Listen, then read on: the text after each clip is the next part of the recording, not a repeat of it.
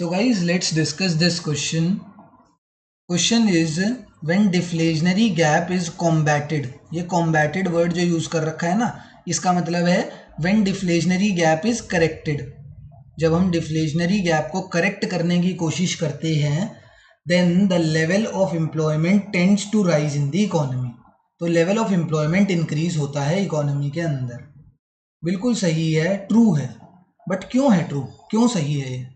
तो मैं तुम्हें लिख के भी बता सकता हूँ, बट ग्राफ से बताऊंगा तो और ज़्यादा अच्छा समझ आएगा. Aggregate demand, this is my aggregate supply. Deflationary gap की कब सिचुएशन अराइज होती है? जब ये एग्रीगेट डिमांड छोटा पड़ जाता है, एग्रीगेट डिमांड हो जाता है कम due to some reasons.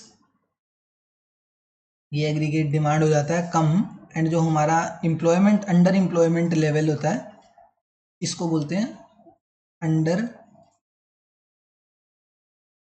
Employment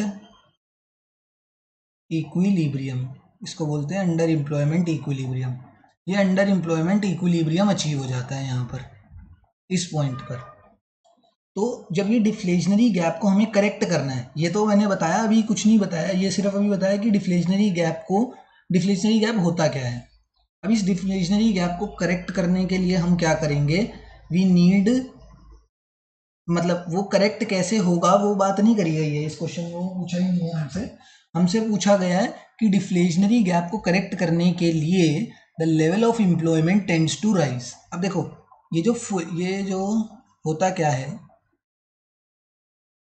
deflationary gap बोल लो या डेफिसिट डिमांड बोल लो,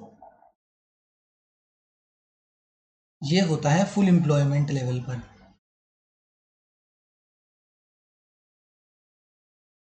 फुल एम्प्लॉयमेंट लेवल पर हम होते थे, पहले होते, हम उससे अंडर एम्प्लॉयमेंट लेवल की तरफ पहुंच गए हैं.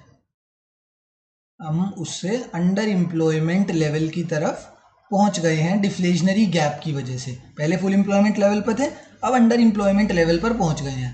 अब हमें वापस अंडर एम्प्लॉयमेंट से फुल एम्प्लॉयमेंट की तरफ जाना है. देखो, फुल एम्प्लॉयमेंट मतलब जो एम्प्लॉयमेंट है वो फुल है, मतलब इसका मतलब कि एम्प्लॉयमेंट अपने मैक्सिमम सीमा पर है, मैक्सिमम लेवल पर है. बट अभी क्या हुआ है, अंडर एम्प्लॉयमेंट लेवल पर आने की वजह से जो एम्प्लॉयमेंट लेवल है वो फॉल कर चुका है.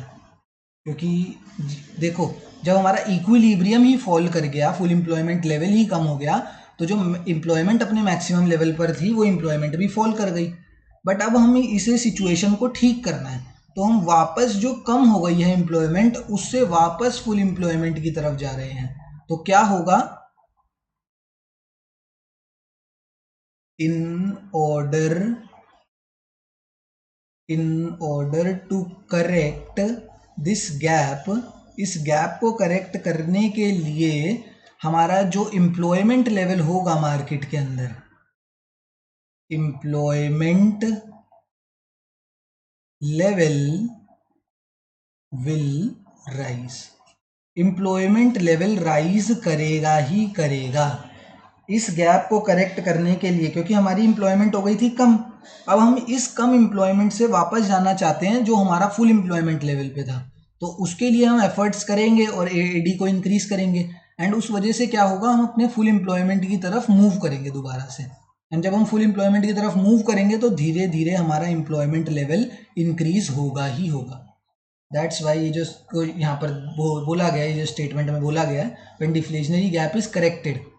डिफ्लेशनरी गैप करेक्ट करते टाइम बोला है कि डिफ्लेशनरी गैप करेक्ट करते time the level of employment tends to rise in the economy. This statement is true. ठीक है.